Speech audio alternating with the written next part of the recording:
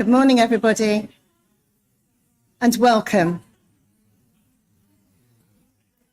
Let's try that again. Good morning and welcome. Welcome to all of you here in this church in Plymouth today. And to those of you in Brighton, a big hello to you as well. It's lovely to have you with us. And all of you, of course, joining us online from wherever you may be.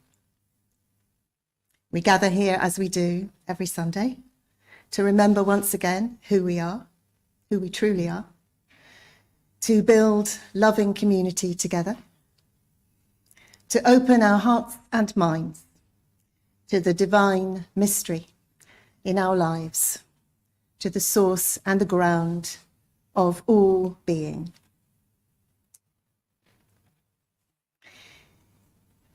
Now, I don't want to start today without mentioning that it is St. Piran's Day.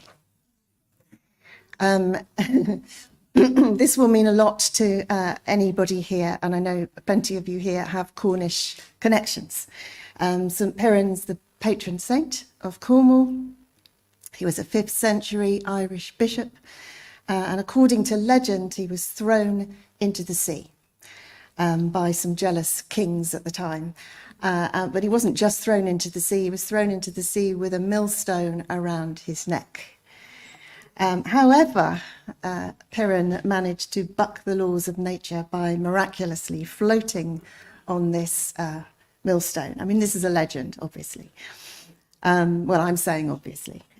And he pitched up at a beach near Newquay, which is has been named Perranporth after him. Beautiful beach, by the way. Although he did eventually die. So the story has it, when he fell down a well later on in his life. But anyway, he did a very good job of apparently being invulnerable for some time. But in fact, our theme today is being vulnerable. So let's begin properly now with our chalice lighting, which is a symbol of our free religious faith. And if you are at home and you have a candle, then please do light one with me. And I'm sure, Brighton, you will light your own chalice candle too.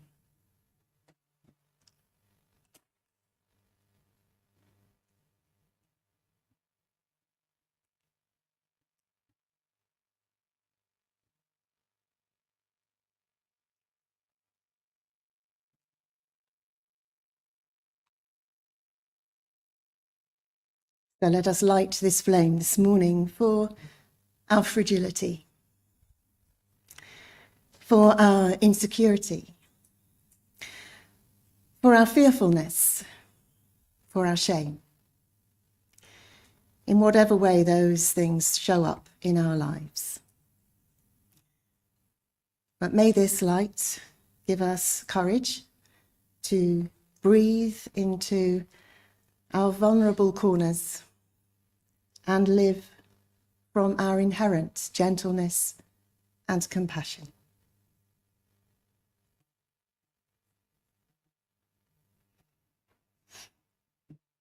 Let us come to a time of prayer. And there is a refrain in this prayer as it goes through, which is, we let go of who we ought to be and embrace who we are. So if you want to say that with me or silently, that's you're very welcome to do so. So God of love and life, because there have been times when shame has crushed our ability to be wholehearted, we let go of who we ought to be and embrace who we are. Because we have not always had the courage to be imperfect, we let go of who we ought to be and embrace who we are. Because we have struggled to have compassion for ourselves or others, we let go of who we ought to be and embrace who we are. Because we have been afraid of our own vulnerability, we let go of who we ought to be and embrace who we are. Because we are sometimes too scared to live authentically, we let go of who we ought to be and embrace who we are. Because we want to be wholehearted people, confident in our worthiness and our belonging, we let go of who we ought to be and embrace who we are. Amen.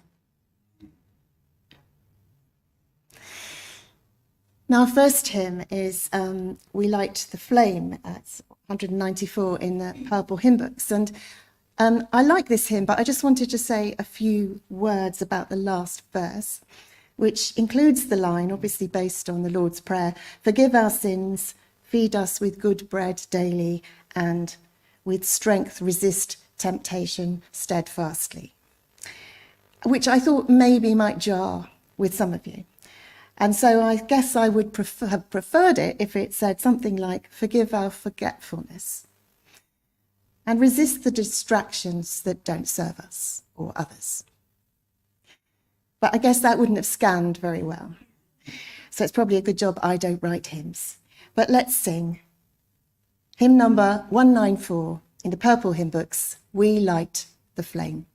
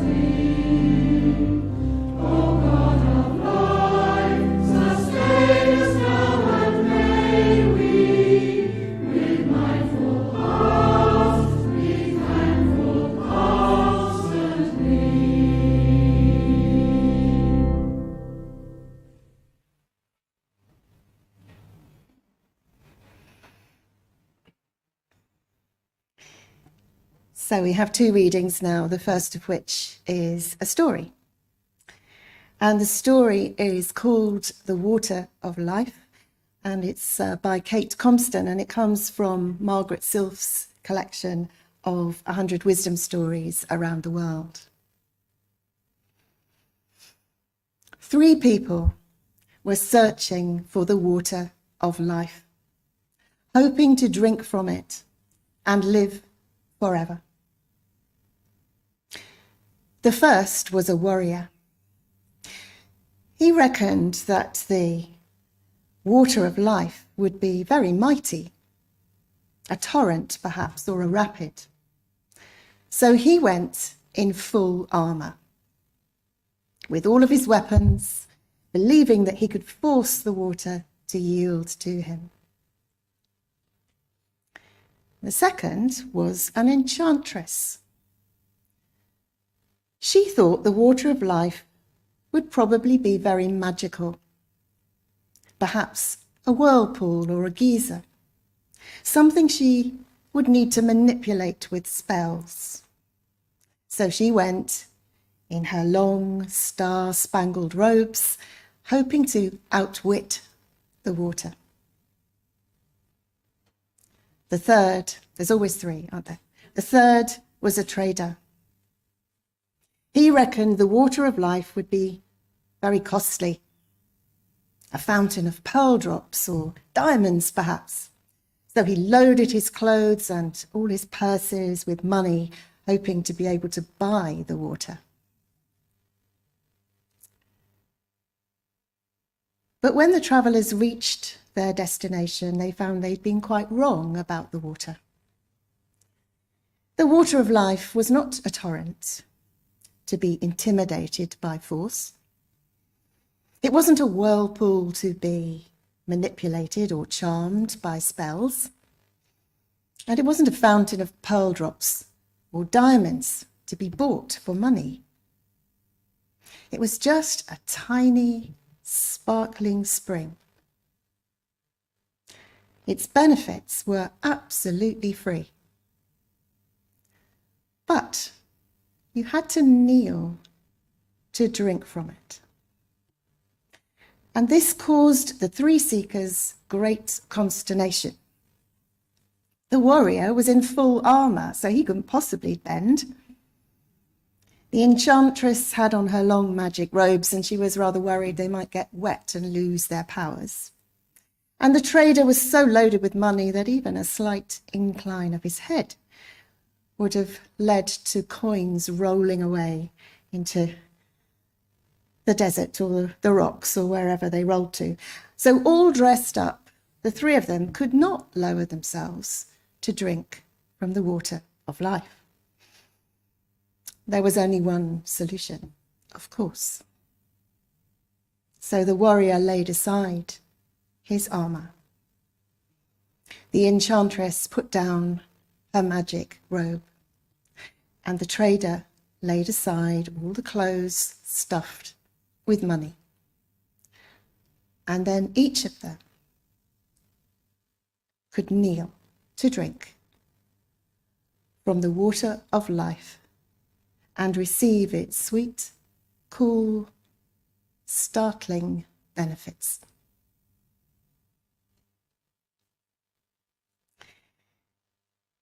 And now we have a reading, which Suzanne is going to share with us. This reading is from a book by Brené Brown, an American author and researcher. Some of you may be familiar with her. And this particular reading is from a book called Daring Greatly. Suzanne. As children, we found ways to protect ourselves from vulnerability, from being hurt, diminished and disappointed. We put on armour. We used our thoughts, emotions, and behaviours as weapons. And we learned how to make ourselves scarce, even to disappear. Now, as adults, we realise that the life with courage, purpose, and connection, to be the person whom we long to be, we must again be vulnerable. We must take off the armour, put down weapons, show up, and let ourselves be seen.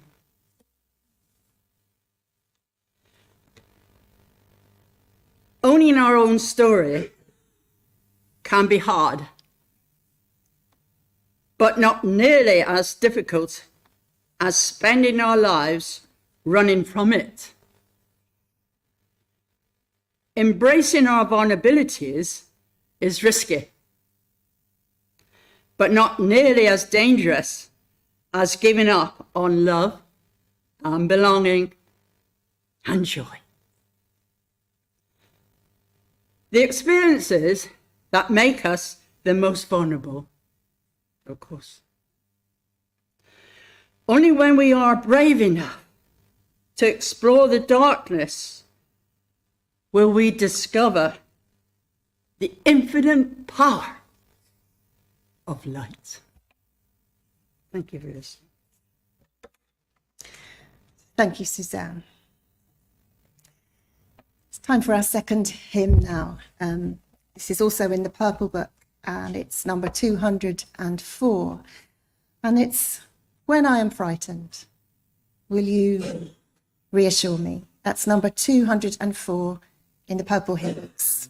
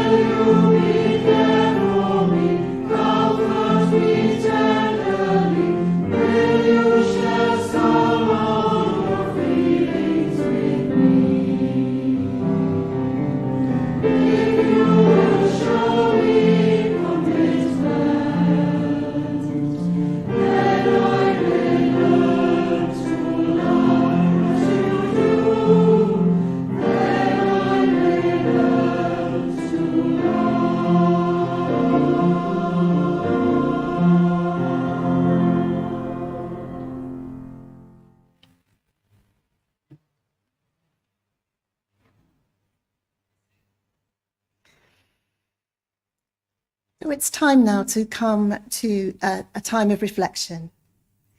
And in a moment, I'm going to just invite you to join in some silence and some music.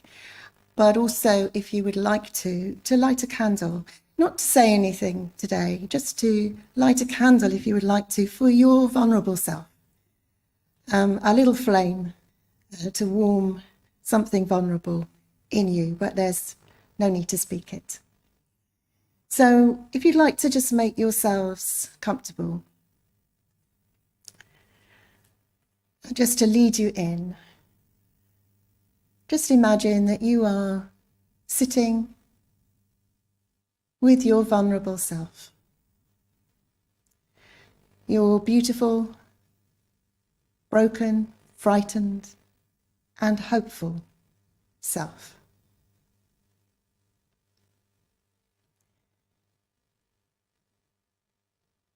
This is a place where there is no need or defences. And no need for narratives.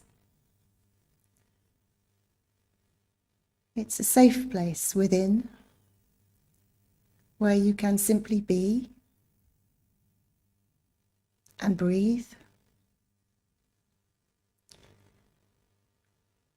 It's a space just for you and the divine as you understand it, where nothing needs to be said, nothing needs to be explained, where all is already known and already accepted.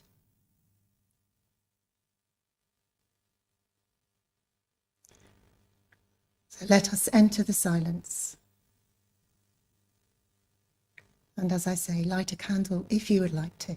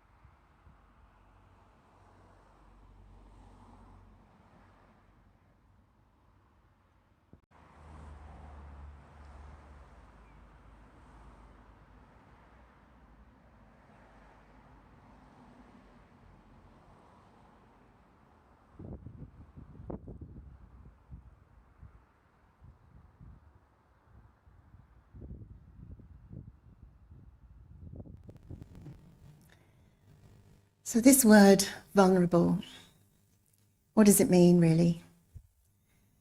I think it's often associated with the idea of weakness, fragility, perhaps being in a particular state of mind or state of body or stage of life that leaves us open to danger, perhaps abuse or exploitation. So children, by definition, we think of as being vulnerable because they're dependent on adults to take care of them. But adults, of course, may be vulnerable too. If they're unwell or grieving or dying or so many reasons. And all of us are surely vulnerable, at least some of the time and to some extent. The implication being, perhaps, maybe that we're not entirely safe on our own, or that we risk somehow being hurt or harmed, or that we just need help, that we need support, that we need more than ever to have people walk alongside us, listen to us, watch out for us, be kind to us. support us.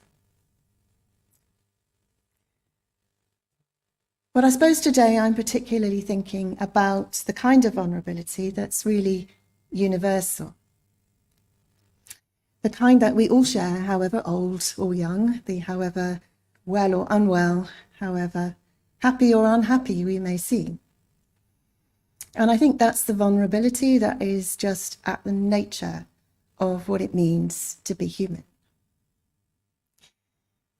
But paradoxically, it's also the kind of vulnerability that can actually be a strength.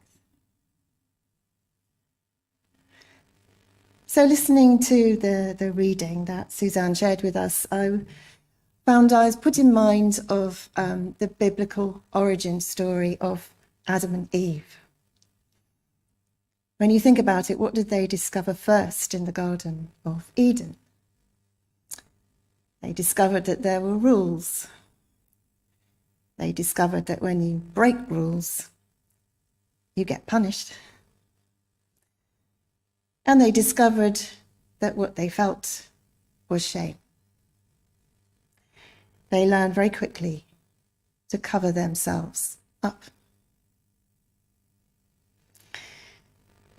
It's a harsh lesson.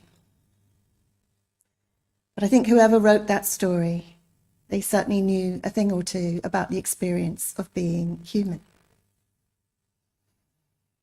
And it reminded me too of what I suppose I could call my own origin story. Because in my own family, there was quite a lot of shame and covering up. Some of you know that I had a younger brother who had complex problems and learning disabilities. He was never able to speak, though he did understand a few words and phrases. He didn't go to school and he wasn't able to do many of the things that most children might take for granted. And there was a rule in our house which I discovered. I wasn't supposed to talk about this. I was not meant to tell anyone that I had a brother with these difficulties. So I spent many years as a child in the playground trying to cover up this truth, either by trying to avoid the inevitable questions that children ask each other about their siblings, or trying to fudge the answers somehow. I didn't want to lie, but apparently it wasn't okay to be honest. Which is difficult, isn't it? And stressful.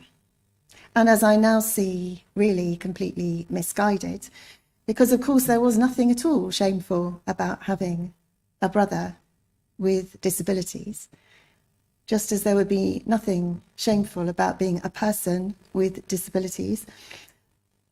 And there was no reason to keep it quiet. But I suppose my parents didn't feel that was true. They didn't know that was true. And I guess that's because society as a whole didn't think or know it was true at that time. We are going back a few decades here. And so I'm, like some of you, I'm sure, I picked up the idea that there was something wrong with my family, and I suppose by extension that there was something wrong with me. And it wasn't okay to talk about it, and no one else should know, and I had to pretend that we were all okay, when actually we really weren't okay. And I think I became quite good at that. Children often do, don't they? I think I became good at being the smiley child who always managed to seem happy whatever was going on, even if I felt confused or lonely or worried, which I definitely did at times. I certainly never told anyone that either, not until many, many years later. And now I can't help wondering about all the other children that I was at school with and what was going on in their lives and how they probably never said anything about any of it either, and how we might have been able to help each other if only we'd known. It seems it's a skill we learn pretty early on and can be pretty good at. Keeping things quiet, covering them up. And certainly it's a strategy that can work for quite a long time. It can work well in some ways, maybe essential in some circumstances to keep us safe. But the price is high. The cost of keeping those fears and vulnerabilities hidden is that we end up keeping ourselves hidden, shutting ourselves out of our deepest truths.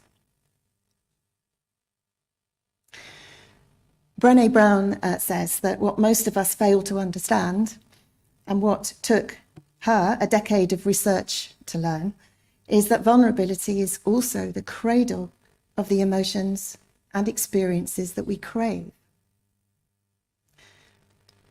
Vulnerability, it turns out, is the birthplace of love, of belonging, of joy, of courage and creativity. It's the source of hope, empathy, accountability, and authenticity. And that feels true to me. And though the situations we may find ourselves in life may be sad, painful, challenging, regrettable, or worse,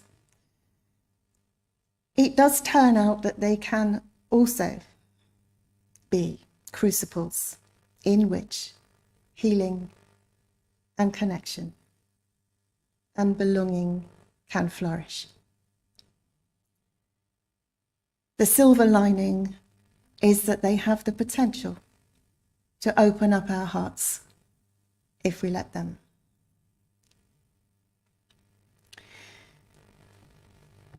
Now, fortunately, when we speak of God here, it is not the Old Testament God that we have in mind. It's not that capricious purveyor of rewards and punishments.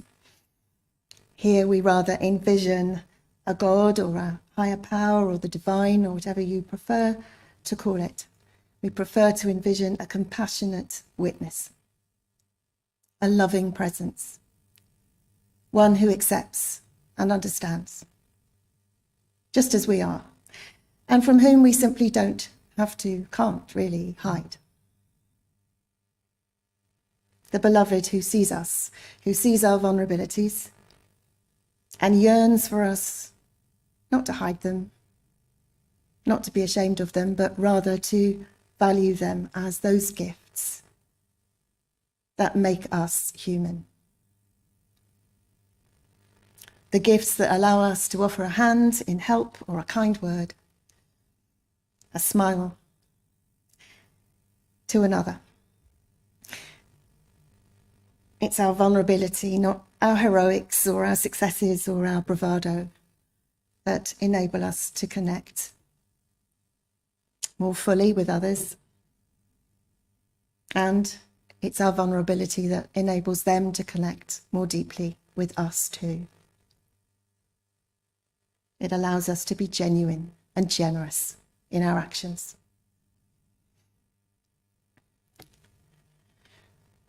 So I suppose the message today is treasure the fragile places in your being. Take good care of them, because far from being shameful, they are precious. Befriend them yourself, and then share them wisely when you're ready with those who are willing to listen and willing to reciprocate.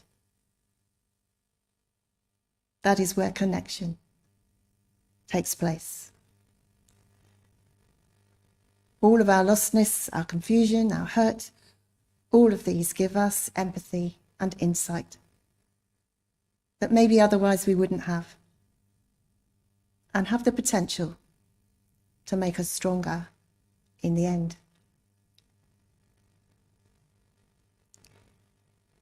As far as I know, we only get one chance to live life on earth as this person in this body. And the invitation is always there to show up, to remove yet another layer of armour, so that we too can kneel down and drink more deeply from all that will nourish us, from the spring of the water of life. May it be so.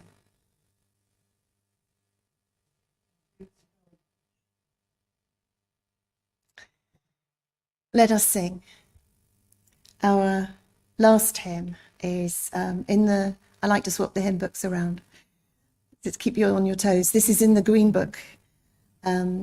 It's number 133, 133.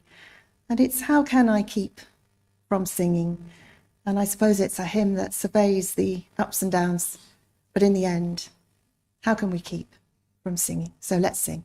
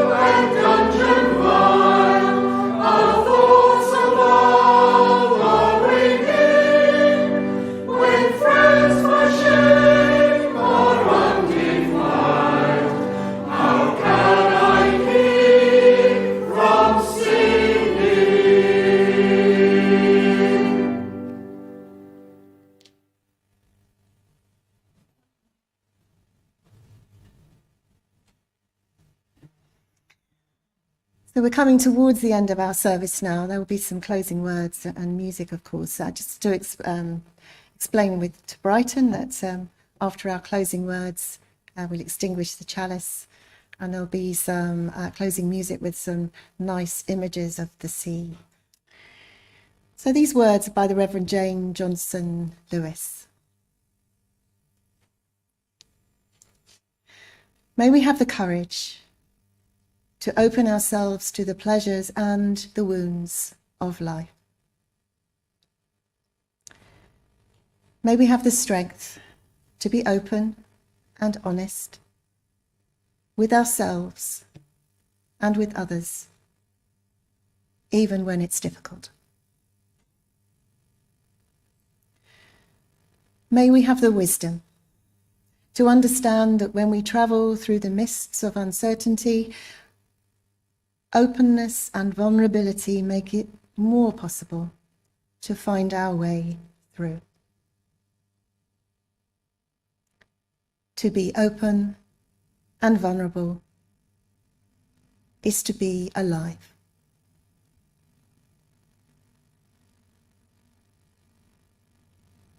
Amen.